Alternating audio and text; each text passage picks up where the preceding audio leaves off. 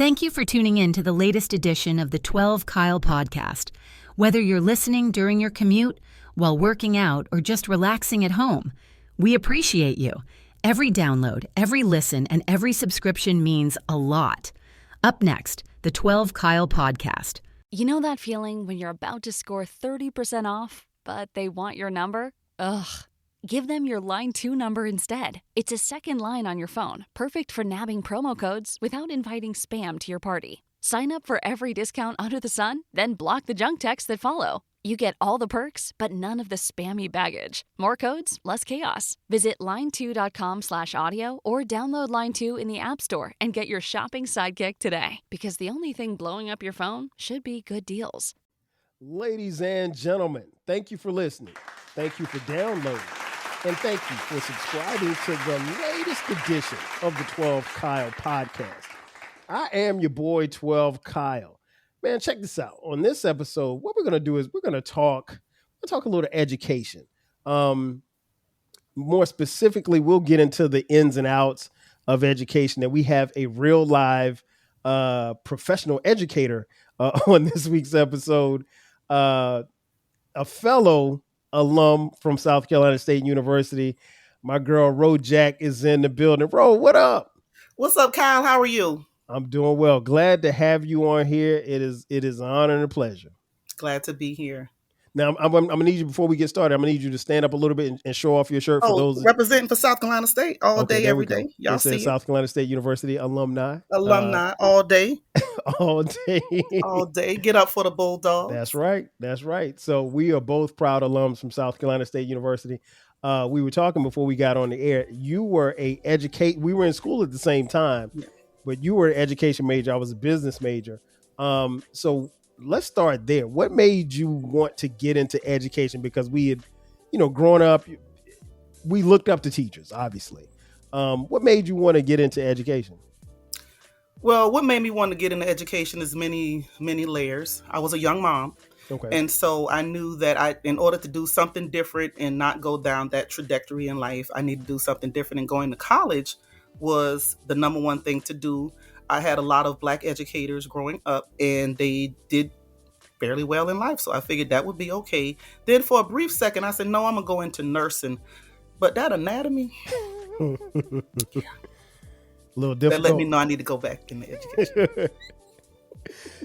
And I used to work at Boys and Girls Clubs and daycare centers growing up. So helping kids, it was kind of in the blood. I used to help my aunts with their kids and little cousins and stuff. So it was kind of in the blood. Okay.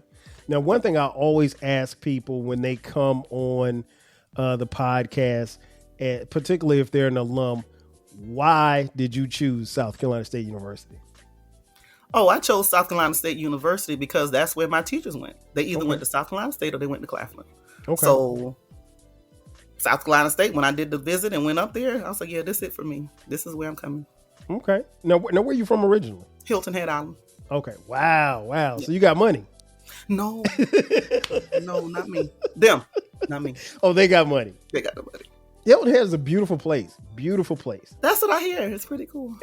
When it's home, it's different. Right. You see it differently. Mm-hmm. Of course. So that's home for me. I've seen the island grow and change. Mm-hmm. It was nice growing up and being 15 minutes from a beach. Right. But the history of Hilton Head, a lot of people don't know, is at the end of the Civil War, when they said give the slaves the 40 acres and a mule, the Union Army did. Really? So it was a base for the Union Army at the time. Mm-hmm. And so a lot of Black slave owners got that land. And our ancestors were there for many, many, many years until some developers realized that we were there with beachfront property. And, hey, we should put some hotels and resorts and condos here. And they offered pennies on a dollar for the land. And unfortunately, our ancestors didn't know exactly what the value of the land was then. And that's how it started to develop in the 60s and 70s. But yeah, we were one of the few people that got the 40 acres in a mule. Wow. Yeah. And that's crazy because I'm from Florence, South Carolina. And like I said, I attended South Carolina State University, and that's news to me. I never heard that story before. I had no idea. A lot of people have not. It's so funny going to South Carolina State, being from Hilton Head. It kind of sounded like I was from Charleston. Right. So it was like, what island you from? I'm not from the Bahamas. I'm not from Jamaica. You from Charleston? No, I'm not. I'm Gullah. I'm Geechee. And that's okay. Right. I was going, because that's what I thought you were going to say. I thought you were going to say you're from Charleston. I used to get that all the time. Yep. All the time. Because you don't Bahamas or Jamaica. You don't like. I just don't remember running into a lot of black people from Hilton Head. Like, it was always seemed to be, at least in my mind, a resort place. And then once we got a chance to visit, I think we did a family vacation there back in 2007, and it was beautiful. I mean, like we had so much fun, and it's funny because it's like our family, the kids were like, they were so much younger, and so like it was the last couple of years they've been like, hey, can we do another family vacation in Hilton Head? Oh, that's sweet. Like, no. Like, no, we can go to College Park, but we're not going to Hilton Head again. But that's great. That's great. I'm glad that so how, I guess the next question I have for you, as far as like education, how important was it? Was it something that was stressed in your house when you were growing up, or was it something you kind of gravitated towards? And what kind of student were you? I always see my mother reading. Okay. Be it the Essence magazines, Ebony magazines, Jet magazines. We had all the magazines. And she also was a reader of those, I guess, Jackie Collins type romance novels back in the day. We always had books. We had the encyclopedia, the old school, the man come with the 1,000 encyclopedia books. We had those. So education was very important in our household. And we also would go to an after school program where we had those ladies, really was like, y'all got to do this work. Y'all got to make us proud. And some of them actually, because Hilton Head is very close to Savannah. It's like 45 minutes from Savannah. Yeah. And one of the ladies was marching with King when he would come to Savannah in the 60s. So she would always instill in us, y'all got to get this, y'all got to do it. We fought for y'all to get y'all education. So, we have to be better than the next generation and take advantage of the education that y'all are getting here that we fought for. Okay. Now, once you got to South Carolina State University, we were talking earlier before we got on air, Turner Hall, education building. I spent I had a couple of classes in there, and I had fun in those classes, but I was thankful that I didn't have a lot of classes. It's not an easy, even though we produce a lot of educators, it's not an easy department to get through. What was the most fun in that department that you had, and then the most challenging class that you had? Well, I want to say not fun per se, but I do still have friends from that's still teachers, they're counselors, principals now, that we are still connected 30 plus years later because we are in the education field and we went through Turner Hall together, had to do internships at Felton Lab or, go to that school and learn about the ins and outs. And we had to shadow different teachers and see what they do to learn how to be a good teacher. At one point in the 90s, South Carolina State was producing the most teachers in the state. Wow. In it, that we were pumping them out. Mm-hmm. We would have graduate 300-400 teachers. So that was a lot. Now, unfortunately, because things have changed, times have changed, the numbers have dwindling and a lot of college students are not going into the profession. But during the 90s when I was there, we were the number one producer of teachers in the state over, them two other schools. There are no other schools. I'm just putting it out there in case somebody wants to say That's something. Amazing. I mean, to hear that, I knew that we produced a lot of educators. I didn't know that it was at that volume. Yeah. So what was the most challenging class in Turner Hall when you were there?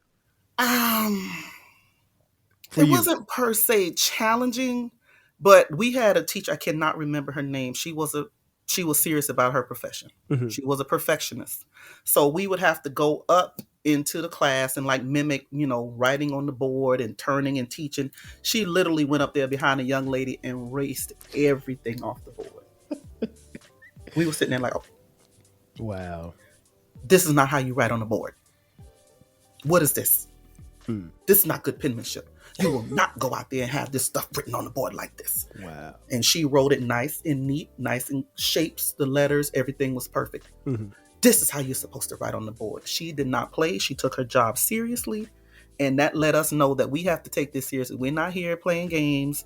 We getting this degree that we pay good, hard student loan monies for. Right. And do it right when you go out, because you're representing South Carolina State University as an educator in society. She did not play with us. She did not play with us. Love to hear stories like that. Yes. Love. I mean, and I tell people all the time, and we've mentioned it before in the podcast, like there's a level at most HBCUs, I would venture to say all HBCUs, where there's a bunch of people, the educators, all the way down to the faculty staff, to the, custodial staff. Those people are vested in seeing you graduate. Like right. They're going to do any and everything they can to help you get to that point. And not stand in your way. And anything they can do, they'll help. As long as they see that you're progressing and you're trying to, to get to that degree. Correct. So going through Turner Hall, then you finally graduate. What was the post-graduation like, as far as like what I guess your plans as far as what you wanted to do coming out? Did you go the way that you wanted to go, or you just kind of drifted like some of us did? Drifted a little bit, but the first couple years of teaching was rough because now your students are really your students. There's no mentor. There's no internship. When you do your student teaching, someone is there. You shadow them for a couple months, then they're yours, but you also always had somebody to lean back on. Those little kids are yours now. They got to do what you said to do. You had to have a plan. You had to have a strong rules and consequences. You had to follow through. You had to know when to be tough. You had to know when to give tough love. You have to know when to give the hugs and deal with the crying, and you just had to know how to balance it all. So the first couple years were kind of rough out there by yourself. Did you ever in those rough times, did you ever think about getting out of it? Absolutely. She said it with a straight face, y'all. Absolutely. What did I do? Why is he crying again? I don't understand. Why can't he stop crying? So what grades were you teaching at that point? Oh, I think it was first. Oh, wow. The little kids. Babies. The little ones and babies, yeah. I started in elementary school for 8 years, and then I went to middle school for almost 20, and then now I'm back in elementary school. Really? So is there a preference as far as middle school or elementary school? Now that I'm back in elementary, I appreciate elementary more. Really? Okay. Yes, because with middle school, the hormones, the attitudes. You remember those days? We were like that. Okay, so how different are kids today? Because you and I are same age. Mm-hmm. How different are kids, now as opposed to in elementary school, as opposed to how we were in the 80s? To me, when we were coming up, and I know for us, our parents were very heavily involved. Right. The community was involved. It really was. It takes a village. There's no village now. Miss Mary got a problem with you talking to her child. Miss Susie got a problem with you talking to her child, and they're neighbors. In the same community, in the same area. They don't want you to discipline or talk to their kid in any way, shape, or form. Ma'am, I'm your child's teacher. I'm not here to hurt your child. I'm here to tell you what your child did or said in the school. Mm-hmm. Your child threw a book at me. I need to tell you that your child threw a book at me. Well, he said you made him mad. That's why he threw the book. What you said to make him mad. Ma'am, this is my classroom. And you believe him? Your child has had a history of having anger management issues and throwing things. Well, he said, you said, and I believe him every time. Back then, when we was growing up, our parents automatically believed the teacher. Of course. Yes. If the teacher said Johnny threw the book, Johnny threw the book. He threw the book. And there's going to be somebody snitching too. Oh, yeah, I saw him throw the book. I see him through the book. Miss Jackson just told him stop sleeping in class, and he threw the book at the back of her head. Right. Nowadays, they don't believe nothing. A lot of them don't want you to discipline, talk to their kids. Don't tell them nothing. Kids will even tell you can call my mama, she ain't gonna do nothing. Wow. You can call her, she don't care. Yeah, so but if they don't get disciplined in school, then where do they get disciplined? I mean, and because they're clearly not getting it at home. Exactly. Unfortunately, when I taught 8th grade, I used to tell them, you can listen to your parents, me, the principal, whatever teachers you have, or you're going to listen to the police and the judge. The choice is yours. You have to start listening to someone. You just can't do what you want to do every time. And if somebody tells you no, it's okay. I said, I'm not here to hurt you, but you can't do what you want to do all the time. Right. There are rules in society that I have to follow as an adult. There's rules in this building as a teacher I have to follow. And it's okay. You can't just do whatever you want to do all the time. Mm-hmm. It's okay for somebody to tell no, and you get corrected. A lot of the kids don't want to be corrected anymore. They think their way is always right. Wow. Sir, 9 times 9 is not 6.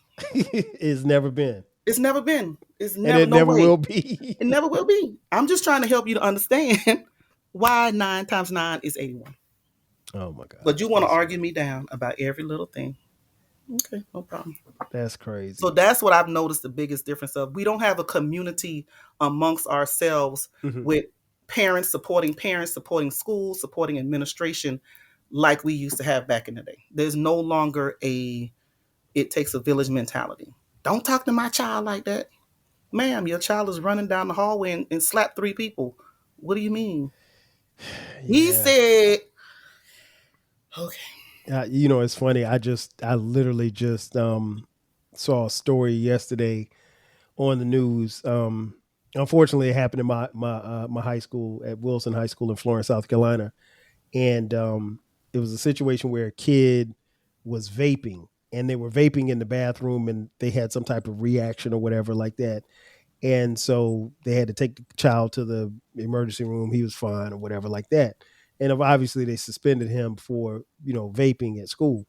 And the mother, who was eventually interviewed, she said, I agree with them suspending him, but, somebody should have been monitoring the bathroom to prevent him from vaping in the bathroom. And I'm like, lady, do you hear what you just said? Like, first of all, if you can't have somebody monitoring, you can't have cameras in the bathroom. I don't know if you... Adult, I don't know if you want an adult in the bathroom with the kids, right? That ain't gonna play in no place. It's not gonna work. No. And it's almost like she understood to some degree, but she also wasn't taking responsibility. Say, hey, I'm a parent, because trust me, what I took from the story was, if the kid's vaping at school, he's probably vaping at home as well. So I mean. So, dealing with discipline issues in the educational system, I mean, obviously that's something that it kind of comes with the territory, comes with the job. How has discipline, or being able to discipline children in the educational system, changed over the years? It's become a little tougher because there are so many steps now that we have to go through in order to, let's say, suspend the child. Right. If let's say Timmy and Bobby were in a fight. What caused the fight? Did they talk to the counselor ahead of time? Who knows their history, their record? Is Timmy always an aggressor? Did Bobby push him? And we have to follow a lot of steps, a lot of time to get kids in ISS or OSS now. Wow. Whereas in the past, you go home for 2 or 3 days. It's a given. That's it. It's a given. Now there are a lot more steps in the process to see what can we do to help them? Were any steps in place throughout the school year that could have prevented this? Was he in any type of program, mentorship? What is going on in his home life? The mama feels though he is justified. So now that could be an issue with, instead of 3 days at home, maybe 1 day at home, 2 days ISS, maybe no days at home. It's becoming a lot more difficult. Wow. It's become a lot more difficult. It's funny because I had one of my best friends who's also a SC State alum, teaches here in Metro Atlanta. And he was telling me, like, he had this one kid, and he teaches high school. And he had this one kid that missed 45 days. And he was like, I was like, so you going to give him an F, right? He was like, no. I was like, what you mean? He's like, you can't fail him. Can't fail him. I was like, so wait a minute. I was like, so if you got 180 days to go to school and 45, you got 45 unexcused absences. Yep. You still got to pass this kid? He's like, yeah. Yep. That's crazy to me. It has changed so much because back in the day, you missed was it 10 days or something 10 like days. that? Yeah, you could only get 10 unexcused absences. That was it. You fail that grade. Not anymore. You can't fail them. You can't give them. In some districts, I'm not gonna call any names. You can't give below a 50. You can't get zeros. What? There's a no zero policy in some school districts. Man. So even if I don't do my homework, I still get a 50. Mm-hmm. Wow. And I pass. And you pass because they feel as though if you get a 0, it's harder to pull it up and help them pass. At least if they got a 50, they could do some of the work to help them pass and get over that 70 hump. Yeah, but if I didn't do the work in the beginning to get the 0, to get the 50, then what makes you think I'm gonna do the work even more now going forward? Correct.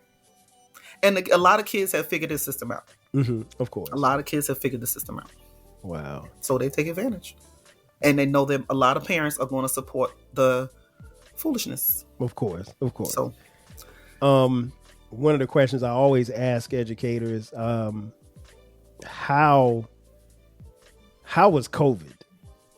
Teaching through COVID? Because I think that year that that time frame where schools shut down and parents had to have their kids in their homes and they had to kind of educate them themselves, it was a lot of parents that realized teachers need to be paid $500,000 a year, everybody across the board, because there's no amount of money that you could pay. Here's the thing. I got my own kids. It was hard enough for me dealing with them, let alone if you got 30 other kids in a room and, everybody's bouncing off the wall but being at home, going through that process and then going from being online to being back in the classroom. What was that like? Are you feeling nostalgic for the golden eras of rap and soul music? If so, tune in to the Rap Soul Podcast. We are your weekly journey through the 80s, 90s, and 2000s, spotlighting the music and the hidden gems that shaped the soundtrack of our lives. From the powerful beats to the soulful melodies, we bring you the best of the past with fresh insights and stories. Rediscover the music that defined a generation. Subscribe to the Rap Soul Podcast and enjoy the vibes. If you want a podcast where culture, conversation, and life collide, where you get insightful commentary, engaging discussions, and a fresh perspective on everything, then you need to listen to the 12 Kyle podcast, hosted by the one and only, yours truly, 12 Kyle, a voice that you know and trust. This podcast will bring you thought-provoking moments, compelling stories, and a whole lot of fun. Whether you're a first-time listener or just tuning in, each episode promises to be something new and exciting. So sit back, relax, join 12 Kyle, myself, and my guests as we break down the world around us and give you stories that you've never heard before, from nostalgic throwbacks to everything in between. The 12 Kyle podcast is a front row seat to this conversation. Subscribe now and never miss an episode of the 12 Kyle podcast, where the vibe is always real and the discussion is always worth your time. For COVID, because I know it was the craziest time period I've ever been in education. Wow. Because it happened so abruptly. Mm-hmm. Because you heard the thing on the news about COVID. COVID, what is it? It's slowly, leaking out of China, Japan. I forgot which one it was. And then it's in the U.S. It's in New York. It's in California. Mm-hmm. We still don't know all the ins and outs of it. It was just happening so fast. And then it was in Atlanta. Right. It's like, oh. And then we shut down. Then shut it down. Like a week later, it was done. It was like March 12th or 13th or something like that. And it was done. We were walking around, didn't know what was about to happen, what is going to happen with the kids. Everybody's scared. We start wearing the mask and, we just don't know. And then shut down, no more school. We went to school that Friday and that was it. That was it. Yep. It was scary. because we didn't know what to come. The district, nobody, not even our district, but nobody knew what to do. Mm-hmm. You know, we weren't an online platform for elementary, middle, and high school. You may have a few classes in high school, but now you're talking about kindergartners online for 6 hours. Right. That's crazy. So it was a lot of uncertainty during that beginning phase of the era. Like, what are we going to do? We just can't. Of course, parents are like, what are we going to do with these kids home all day? Right. Because before they shut everything down, the kids were home. Mm-hmm. Now we still got some parents going to school, going to work. Now we got the first responders. Now everything is shut down. The kids are home. Parents are home. What are we going to do all day for 6 or 8 hours? Normally my kid is gone, but now I got to feed them breakfast, lunch, and dinner. But I can't go to Walmart, or I can only go to Walmart. It was a lot. It was a lot. My two boys were in high school. And I'm like, ooh. Well, you know what's interesting? We had one in high school, one in middle school, and one in elementary school. And I looking back on it, they adjusted pretty well. And because they're pretty good students. Well, I'm not gonna say pretty. They're really good students. And they adjusted well, but it's just trying to make sure that they stay focused throughout the whole time. Because after a while, it got to a point where they were like, "Okay, I got my work done. It's 12 o'clock. Why can't I play video games?" I'm like, "No, you still got work to do. You're still in a class." "No, well, we don't have to report back anymore today." And I'm like, "What do you mean you ain't got to report back?" So and fortunately, I feel blessed the fact that I was working from home at the time, mm-hmm. and my wife was working from home. So it wasn't a huge adjustment. It was just the fact that we were all home at the same time, we had never been like that. But what about the people who didn't have computers? What about the people who didn't have high speed internet? What about the kids who really benefit from being in a classroom as opposed to being online? Because those were major adjustments that we had to. I was in DeKalb at the time, and we started getting a lot of emails and phone calls.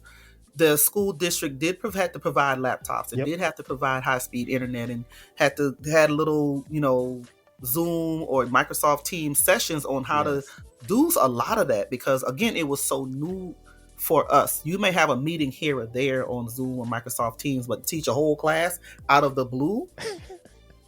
Here, this is what we're about to do. So we were learning. A lot of us were learning it as we were teaching it. Right. Like if you get on Microsoft Teams and navigate the classes, how do you make the windows? How do you go into breakout sessions? How do you keep them engaged? You would hear kids snoring. You would hear the mama being the mama in the background. Right. Another kid in another class. So like you said, you had elementary, middle, and high. So they're online all three at the same time. Mm-hmm. So how, certain families may not have a nice size home. They might all in one apartment, sharing the kitchen, the living room, a bedroom, and you can hear them in different classes at the same time. You got to tell them, okay, Michael, I need you to mute it. I can hear your mama cooking breakfast.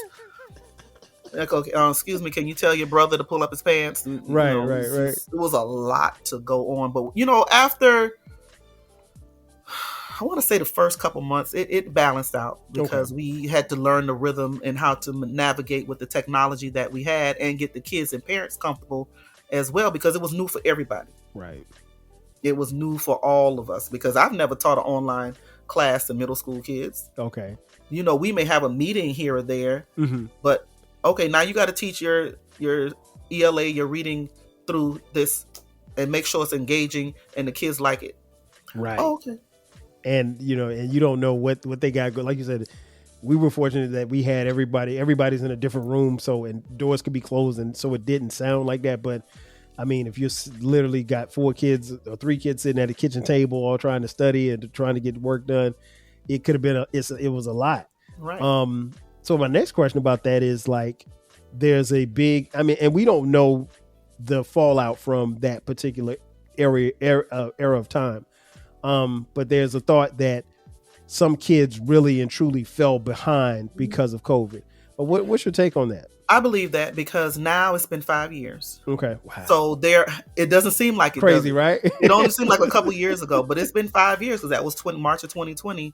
And some school districts went back in fall of 2020, where some went back in January 2021. So it's really been 5 years at this point. So they are saying that there are a lot of kids that's falling behind and reading below grade level. Wow. And they're contributing it to the COVID period. So if you had a kindergartner at that time that's now in 5th grade, they're saying that a lot of those kids are reading below grade level at the time because they may not have gotten the foundational skills with the phonics at that time, because your phonics teacher, I don't have a mask with me, but she's teaching you phonics through Microsoft Teams or Zoom, and you got to see the shape of the mouth and hear the sounds through Zoom. That's different than if you're in the classroom with her and all of the things that goes on to teach the kids the sounds, because that's how you learn how to read, is understanding those million sounds in the English language that we have. Right. Man, that is so true. It's a miracle that we got through it, because it was a lot. It was a lot. It truly was a lot. And I can only imagine, just as a parent. And like I said, I learned a lot about, what my kids were doing in school just by, watching them online and everything like that. And it's interesting. And I actually want to go back, since both of us grew up in the state of South Carolina. And I tell people this all the time, and it's no knock on the state of South Carolina, but when we were in school from K through 12, South Carolina historically, I don't think was ever higher than 47th in the nation. They were low. So how much different, I guess the question I have is, when you compare your education growing up in the state of South Carolina to the education that you teach on a day-to-day basis, how much better is it? I know it's better. How much better is it? So much has changed with the expectations. Right. Because now that I teach second grade, things that I didn't think I would teach in second grade, I am teaching in second grade. Like, we're teaching arrays and multiplication in second grade. Yes. Word. Wow. Yes. So I would have never thought, when I first started teaching, when we're teaching adding maybe 2-digit numbers, 3-digit numbers, that might have been the cap back then. Now we're doing arrays, multiplication. Now and 2D, we just finished arrays, multiplication. Now we're doing 2D and 3D dimensional shapes. Wow. It's changed with the expectations and the standards. I think I saw that until like fourth grade. Right. So they're expecting more from younger kids. So I don't know if that's good or bad, but it's different. They're expecting a lot more from younger kids. But always been my concern, because I've always wanted to work with the struggling readers and kids that, needed a little extra help. How is that helping? How is that putting more on them at a younger age going to help the struggling learners? And I don't think a lot of schools, educators, the powers that be that make the decisions are focused enough on that, because we got too many struggling readers. We have too many kids that don't know how to read, that they cannot sound out words. They don't know phonics. Unfortunately, maybe about 20 years ago, almost 20 years ago, they started taking phonics out of elementary school. And they do the whole word and no sight words, but they cannot sound out. There's a generation, maybe two, that cannot sound out words. And unfortunately, those kids had kids. So that's scary. It's scary. Because me and a couple of my girlfriends were talking about, how can we help these kids? What's the change? What's different? Why is there so many struggling readers? And I was like, we got to look at it. So, within the conversation, we talked about No Child Left Behind. Right.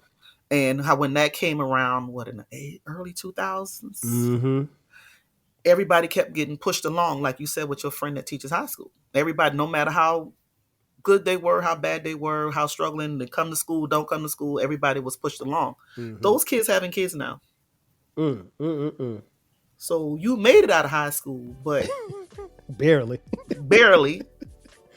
But now those kids have kids, and they can't help their kids with schoolwork. So, you hear parents are the kids' first teachers. Yep. But if the parents are struggling, we are already at a deficit. And now, again, like we talked about earlier, what if the parents got an issue with school? Maybe they're still upset with a teacher they had in 6th grade that they didn't like. I don't like Miss Jackson. She make me sick. She get on my nerve. She always did it.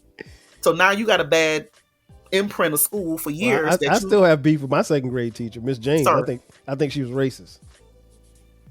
2nd grade. 2nd grade. Yeah, that's right. 2nd grade. Because I don't think that lady liked me, and I think I was a likable student. And all my other teachers liked me. Huh? And unfortunately, I will say there are some bad teachers. Yeah, of course. I mean, that's There are every some bad profession. teachers. There are some So, bad teachers out there. funny question. Whatever happened to cursive? They didn't think it was needed anymore. They think it was a waste of time. And unfortunately, when testing became a major priority and we got to have these state tests and we need 80% of the kids to pass the test, the focus shifted a lot from the basic reading, writing, arithmetic to pass the test. Yeah. So you taught the test. So people had to teach the test. Teach to the test. We got to get them ready for the test. In the state of Georgia, it starts next week. It starts on Monday. So what have they been doing the past month? Preparing for the state test. Wow. I miss cursive. So, cursive, the generation needs it. Yeah. They cannot sign their name for anything. And that's the only thing that they should know how to do in cursive, but they can't even do that. Name. They can't do it. So last year, when I came back down to elementary school, my third graders, they kept asking me, did you teach a cursive? I said, we'll do it after state testing. Okay. After testing, I'll show you how to do it. So as we were wrapping it up, Ms. Jack, you still gonna teach us? I said, yes. So I went on Amazon, bought everybody a book, a little handwriting cursive book, and we would practice it. That they were so excited to learn cursive and how to write their name. I said, that's the least y'all know how to do is write your name. And we would practice cursive the last month of school. Yeah, that's it. We practice and my cursive is so sloppy. It's so sloppy. But I talked about it on the episode before. It's so sloppy, but I appreciate the fact that we had to do it, though. We had to. There was no choice. You know, there's a running joke on social media. If you want to keep something away from the young kids now, write it in cursive. They can't read it. Oh, my gosh. These kids now look at cursive like it's hieroglyphics. Hieroglyphics, right. It's like it's written on a cave wall. They can't read it. You want to keep it away from the younger generation, write it in cursive. They cannot read it. Just like they can't drive a stick shift. No. Yeah, my next kids... car gonna be a stick shift. I'm gonna leave the door unlocked all the time because they can't drive it. They can't steal it. Hey, well, they definitely won't touch it. They definitely won't touch it. One thing before we get out of here, I want to talk about. You created a game. I did. Talk about this game that you created, and is the game for teachers or students or both? It's for teachers. Okay. Because, unfortunately, teachers get a bad rap a lot of times for things, even though we're just doing our job, meeting our standards, meeting the goals of the district in the schools. And so sometimes people don't always understand teachers, but teachers understand teachers, if that makes sense. Right. Like you're in the business world, right? Yes. You understand the business world. Yeah, very much. You could probably teach me 1,000 things about business, and I can teach you 1,000 things about education. So this is my world. So I was on spring break last year, and the young lady that I was with, we were playing all of the games. We were playing Taboo. We were playing Give Me Your Black Card, Revoke Your Black Card. You were playing all the lyrically incorrect and all of those games. Right. So I was like, we need a game like that for teachers. And she was like, huh? I said, just questions and answers that we would know from a teacher's point of view. And we was shooting off different things and laughing.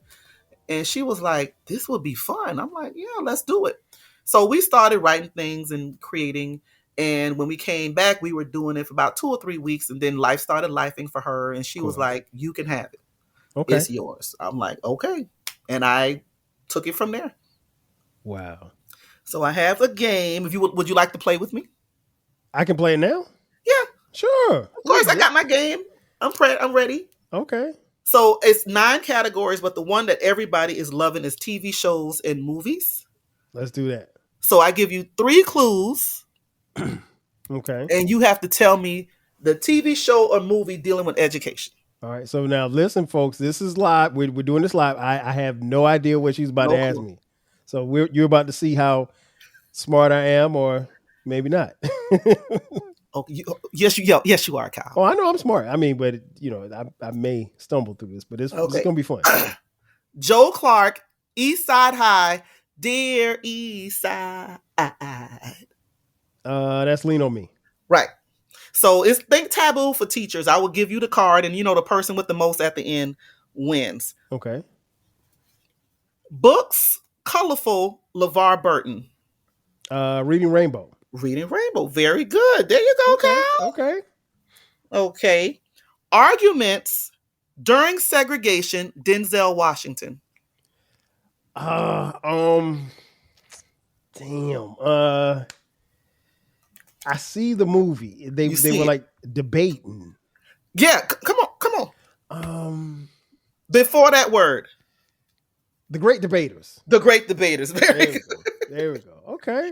Good. And so I would give you the card and you do it. A couple more. Football during segregation, Denzel Washington. Remember the Titans. Right. One more. Lawrence Fishburne, Angela Bassett, Keke Palmer. Wow. Keke was a little girl. When you said Lawrence Fishburne, Angela Bassett, I was thinking, what's love got to do with That's not educational, Kyle. Now, Tina, we got to show it in San Antonio. We got to show it in Phoenix. We got to put some stank on that thing, Tina. But see how the game can lead to jokes and other things you're thinking about? Because somebody said not Baby Boy, the other one. With Angela Bassett and Boys in the Hood. Boys in the Hood, yeah. Okay, and Keke Palmer was in a movie. She was a little girl. Akilah the Bee? Yeah. Wow. One more. Basketball, Lock the Gym Doors, Samuel L. Jackson. Coach Carter. Yeah. I only know that because my sons have watched that movie 1,000 times. I love it. I don't even think I've ever sat through the whole movie, but they will watch that, and if they will just pull it up and like, hey, let's watch Coach Carter. I'm like, it's so good, Kyle. You have to watch this movie. I've seen it. I just hadn't sat through all of it, but I've seen. No, you have to sit down and watch it from beginning to end. Okay, I'll do it. It is a good basketball movie. I'll do that. It is very good. My son Samuel is proud of me. Samuel is doing his thing. He's incredible. He is incredible in that movie. Samuel is doing his thing in the movie. So this is one of the categories with TV shows and movies, and I have 8 other categories from teacher during the pandemic, things teachers might say, things students might say, acronyms, fill in the blanks, etc. Okay, and now tell folks what's the name of the game. The name of the game is titled Teachers Night Out. Okay. It's on my website, Card Games, 4 Educators. Okay, and I'll have that link in the show notes as well, so folks, you can click it and purchase the game. You don't necessarily have to be a teacher to get the game. You do not have to be a teacher. And if you're smart, or you can gift it to your favorite teacher. Teacher Appreciation Week is coming up in a couple weeks, leading up to Mother's Day. There you go. And if you're smart like me, you could play with your friends and everything like that. Right, of course. That is so dope. Before we get out of here, anything else you want to plug? Or maybe tell folks where they can find you, or I know you're building your social media. I'm building my social media up. I'm on social media as Teacher Timeout _Rojack. My social media handles are rrojack, RHOJACK. On Instagram and TikTok is Teachers Night Out _Rojack. Okay. But come and follow me. I pretty much post teacher stuff, teacher jokes, teacher funny stuff, because we are our own little fraternity and sorority. We have to uplift and support each other. We still believe in education and helping the kids. We just need parents to help us along the way. And we need support from the community like back in the day. It does take a village. We need our village to be solid again.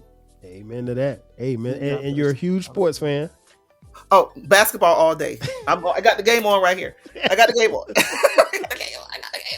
I love basketball. Huge basketball fan. And again, she's a proud SCSU alum.